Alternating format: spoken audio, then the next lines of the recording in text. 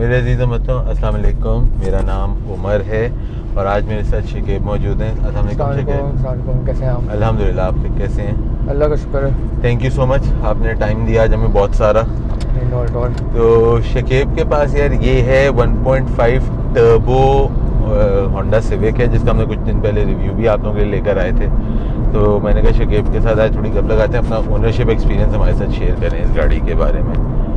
तो शकीब, हम अगर सबसे पहले जो सवाल होता है कि अगर इस गाड़ी को एक लफ्ज़ में डिफ़ाइन करना हो तो आप क्या लफ्ज़ इस्तेमाल करेंगे आप इस गाड़ी के लिए? आई think it's the perfect sedan anyone can own in Pakistan right now. ठीक है, परफेक्ट सेडान है। परफेक्ट सेडान सही है। और ये जो आपने ग्रे कलर है, कोई पर्सनल प्रेफरेंस क्योंकि आपने गाड़ी ली सेकंड यूज़ में थी तो जी, लेकिन मेरी प्रेफरेंस वाइट थी। हाँ हाँ। Second option was modern steel which is this colour. ठीक है। मॉडर्न स्टील मिल गया, मैंने ले ली। सही है। But I would always prefer a white civic. इसमें वाइट वैसे अच्छा लगता है, काफी अच्छा लगता है एज कंपेयर टू टोयोटा।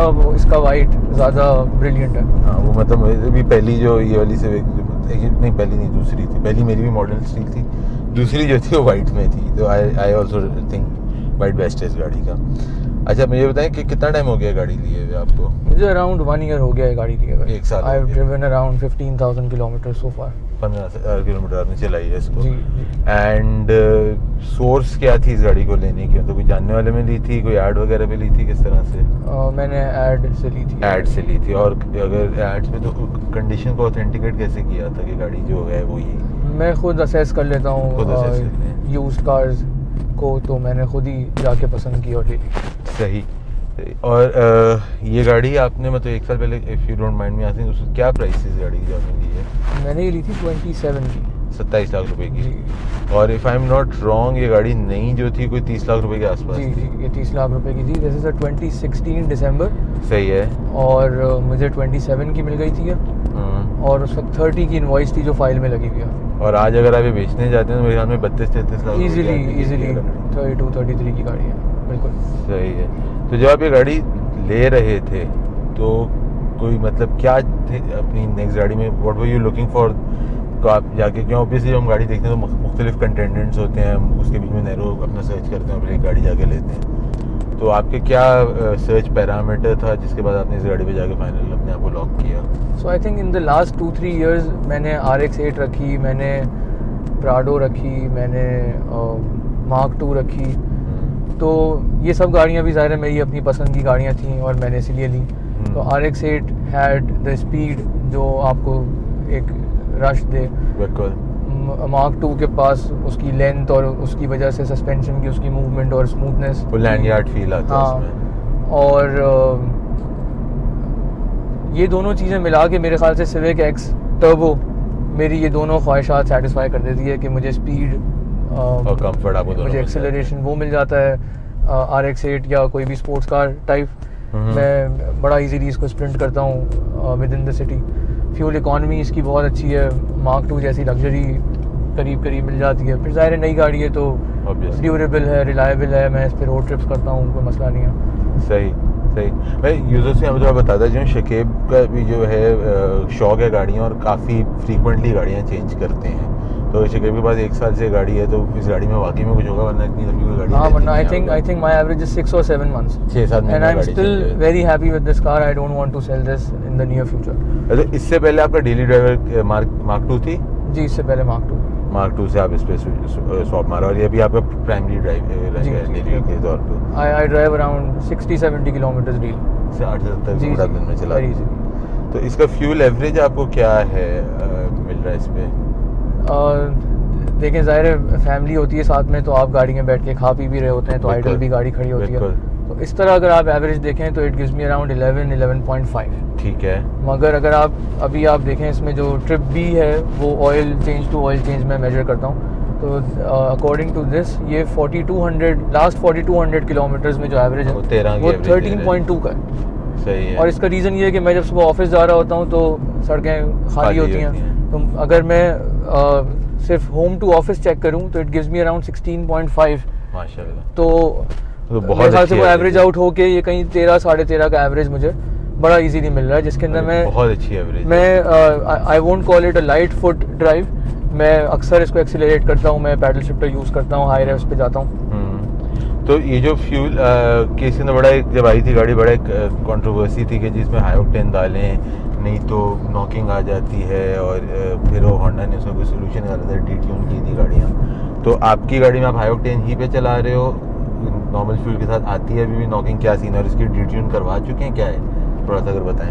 अच्छा, मैंने जब ये गाड़ी ली तो ये गाड़ी थ्रू आउट होंडा डीलरशिप से मेंटेन थी। ठीक है। मैंने उसी डीलरशिप के पास कांटेक्ट किया और मैंने उनको रजिस्ट्रेशन नंबर बता के पूछा कि इसका क्या क्या काम हुआ है और क्या क्या सही बाकी है। सो दे टोल्ड मी कि 2 months ago they got this car retuned या डी-ट्यून्ड, जो भी आप हाँ। कहना चाहें, ECU को फ्लैश किया था और इसमें नॉकिंग का कोई इशू है नहीं। ज़बरदस्त। तो मैं इस गाड़ी को इनिशियली डर के हाई ऑक्टेन पे चला रहा था, फिर मैंने आहिस्ता आहिस्ता मिक्स करना शुरू किया कि 80-20 और फिर 50-50 और फिर 30-70 पे लाकर finally I am driving on regular fuel. हाँ, मैं अभी नॉर्दर्न एरियाज गया हुआ था और मैंने रेगुलर फ्यूल ही डाला है थ्रू आउट रूट। सही है। और अभी भी होंडा की डीलरशिप पे मेंटेन करा रहे हैं? नहीं, मैं होंडा की डीलरशिप पे मेंटेन नहीं करा। ये आपका टर्बो वेरिएंट है, नॉर्मल मैकेनिक आपका इजीली मेंटेन कर पा रहा है कि कोई प्रॉब्लम तो नहीं है हमारी? अच्छा, turbo charger itself does not need any maintenance of any sort. वही जनरली स्पार्क प्लग्स खुलते हैं और सर्विस ड्यूरिंग ऑयल चेंज, इससे ज़्यादा कोई बड़ा काम इसमें हुआ नहीं है अभी तक। तो इसका आप जो ऑयल वगैरह का एक पूरा ऑयल चेंज है, उससे क्या कॉस्ट आती है आपको? So I use premium oils, I don't go to ये रेगुलर पेट्रोल पंप्स पे जो ऑयल्स मिलता है, और मुझे ऑयल चेंज कॉस्ट करता है along with oil filter and air filter सब मिला के कोई 9,000-10,000 खर्च होते हैं फॉर द नेक्स्ट 10,000 किलोमीटर्स। तो 1 रुपये पर किलोमीटर? 1 रुपये पर kilometre is my cost, which is कुछ भी नहीं है। कुछ भी नहीं, वेरी वेरी चीप। और ये 1500 वाली गाड़ी है, तो इसका जो टैक्स है वो क्या आप पे कर रहे हैं, एनुअल टैक्स इसका? अच्छा, मुझे टैक्स याद नहीं है, मगर ऑब्वियसली 1.8 वाली से बहुत कम है। 1.8 वाली से कम आता है। तो स्विफ्ट और इसका स्लैब एक ही है, स्विफ्ट 1300 प्लस है। बिल्कुल। और सिटी भी 1300, सिटी 1300 एग्जैक्ट है। नहीं, 13 से थोड़ा सा ऊपर है। अच्छा, तो बस वो ये वही वाला स्लैब है जो स्विफ्ट और सिटी का जो आप टैक्स भरते हैं। सही है, सही। तो पार्ट्स के अंदर तो इसका आई एम श्योर 1.8 और इसके में कोई फर्क ऐसे है नहीं, तो सारे नहीं, ब्रेक पैड्स वही हैं, मैंने ब्रेक पैड्स रिप्लेस करा दिए हैं। Air filter I guess different है, मगर प्राइस सेम है। प्राइस सेम ही जी, और इजीली अवेलेबल है हर पेट्रोल स्टेशन पे भी। मैं जब सर्विस कराने जाता हूँ तो वो मुझसे पूछते हैं कि if you want the air filter of 1.5 और 1.8, तो ऐसा नहीं है कि टर्बो के पार्ट्स फर्क मिल जाते हैं। हाँ, अवेलेबल ना हो, सब जगह अवेलेबल है। सही। और मुझे ये बताइए कि इसकी कोई आपको क्या चीज़ सबसे बेस्ट लगती है इस गाड़ी के अंदर? आपको कोई फीचर, कोई चीज़ इस गाड़ी का कौन सा फैक्टर है जो आपको एक चीज़ अगर पिक करनी होगी और टॉप फेवरेट चीज़, तो व्हाट वुड दैट बी? नहीं, I think it's a mixture of all these features का कॉम्बो एक साथ जो पूरी गाड़ी आपको सेटिस्फाइंग फील देना शुरू कर दिया है। तो बिल्कुल बिगिनिंग विद आप घर से बाहर निकलते हैं, अपनी गाड़ी के करीब आते हैं, तो इसमें स्मार्ट की है। मेरी चाबी मेरी पॉकेट में होती है, मैं बस डोर हैंडल को टच करता हूँ, लॉक खुल जाते हैं, मैं अंदर बैठ जाता हूँ। तो ये एक पहला वेलकमिंग फीचर लगता है मुझे इस गाड़ी का, जो before entering the car I feel happy about it. मैं इसको स्टार्ट करता हूँ तो ये क्लस्टर बड़ा इलस्ट्रेटिव सा क्लस्टर है, another happy feeling that this car gives me. फिर ये पैडल शिफ्टर्स डाउन शिफ्ट करने में बड़ा मज़ा देते हैं, तो अचानक से ये गाड़ी एक स्पोर्टी फील देना शुरू कर दिया। अच्छा, इसका जो सीट हाइट एडजस्टर है और जो स्टीयरिंग टिल्ट है, वो अनलाइक अदर कार्स उसकी रेंज बहुत ज़्यादा है। बिल्कुल। इसका स्टीयरिंग बहुत नीचे आ जाता है, इसकी सीट बहुत नीचे चली जाती है। तो whenever I miss my sports car days तो मैं वो सब चीज़ें नीचे करके और I take it out for a spin. तो यूजुअली वीकेंड्स पे मैं सीट और स्टीयरिंग की हाइट नीचे रख के चला रहा होता हूँ, जस्ट टू रिकॉल कैसा फील होता है एक स्पोर्ट्स कार चलाते हुए। और रेगुलर डेज में मैं एक एवरेज हाइट पे इन चीज़ों को ले आता हूँ। तो ये सब चीज़ें मिल के एक बहुत अच्छा कॉम्बिनेशन बनाती हैं, और which makes this car an ideal buy for me at least. और इसमें कोई एक ऐसी चीज़ जो आपको ना पसंद हो इस गाड़ी के अंदर? मुझे इसका CVT गियर बॉक्स पसंद नहीं है। ये बहुत टेक्निकल एक इंफॉर्मेशन है, आप समझते होंगे। तो मुझे मेरे ख्याल से वो जो एक शिफ्टिंग का एक जर्क आता है, एक टॉर्क में डिफरेंस आता है, वो किक क्रॉसमैटिक में ज़्यादा है और CVT में नहीं है। बिल्कुल। इन्होंने मैनुअली आर्टिफिशियली कुछ करने की कोशिश की है, इसको प्रोग्राम इस तरह से किया है कि व्हेन यू डाउन शिफ्ट वो रेव अप करती है और एक जर्क देती है, मगर वो artificial at the end of the day, और जो समझता है गाड़ियों को उसको बड़ी उलझन होती है कि ये ऐसा क्यों है। सही। तो आई विश ये CVT ना होती, ये प्रोस्मैटिक होती, या इसके अंदर होती है। मैनुअल गियर होता, 6 स्पीड ट्रांसमिशन होता। इन्होंने इस दफ़ा इस सिविक में वाली मैनुअल गियर दिया ही खत्म नहीं ही है, कर ये दिया, बड़ा तो अफसोस की खत्म बात कर दिया। है। अच्छा, आई ऑल्सो लाइक ये जो बॉनेट में इसमें जो अपर कर्व्स दिए हैं साइडों पे, वो विजिबिलिटी में बहुत हेल्प करती हाँ है। विजिबिलिटी में हेल्प। और अगर आप देखें जो लग्जूरियस सेडान्स हैं, जर्मन सेडान्स हैं, उनमें भी इस तरह के एजेस मिलते हैं। और तो- इसका गाड़ी का वैसे साइड प्रोफाइल, जो बैक प्रोफाइल हो, काफी हद तक वो ऑडी A7 वाला। हाँ, अगर आप साइड से देखें तो A5 वो में जो लिफ्ट बैक वाला एलिमेंट है, पीछे क्वार्टर ग्लास छोटा देके, और पीछे का विंड स्क्रीन स्लोप उसी तरह बिल्कुल से। A5 जैसा है अगर आप साइड से देखें। बिल्कुल ऐसे तो ही ये है। सब चीज़ें मिला के ओवरऑल कॉम्बिनेशन के आप एक जापानीज़ गाड़ी वाली ड्यूरेबिलिटी इंजॉय कर रहे हैं, उसी की इकॉनमी इंजॉय कर रहे हैं, मगर at the same time cabin का पूरा फील, गाड़ी का एस्थेटिक, वो सब आपको जर्मन जैसा मिल रहा है। बिल्कुल ऐसे ही आई है। थिंक इससे ज़्यादा और क्या चाहिए पाकिस्तान में रहते हुए। सही बात है। अच्छा, मुझे ये बताएं कि ग्राउंड क्लियरेंस के ऊपर do you have any issues with the ground clearance of this car? अच्छा, I have had almost all generations of Civic. ठीक मेरे है। पास ईगल आई भी रही, रीबॉर्न भी रही, रीबर्थ भी रही, और अब ये है।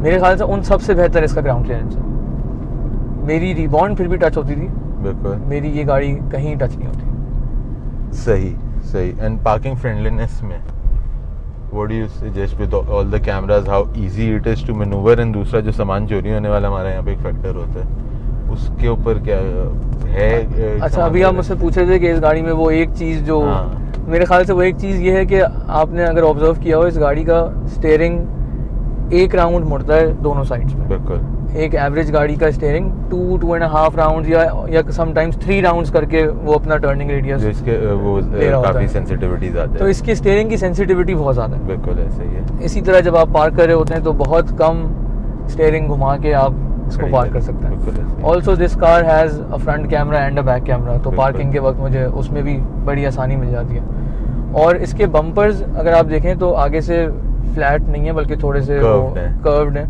तो जब आप किसी भी एज में से निकाल रहे होते हैं तो बड़ा मैजिकली ये निकल बाहर आती आती है, और आपको पता नहीं चलता कि ये यहाँ से निकलनी चाहिए नहीं थी मगर निकल गई है।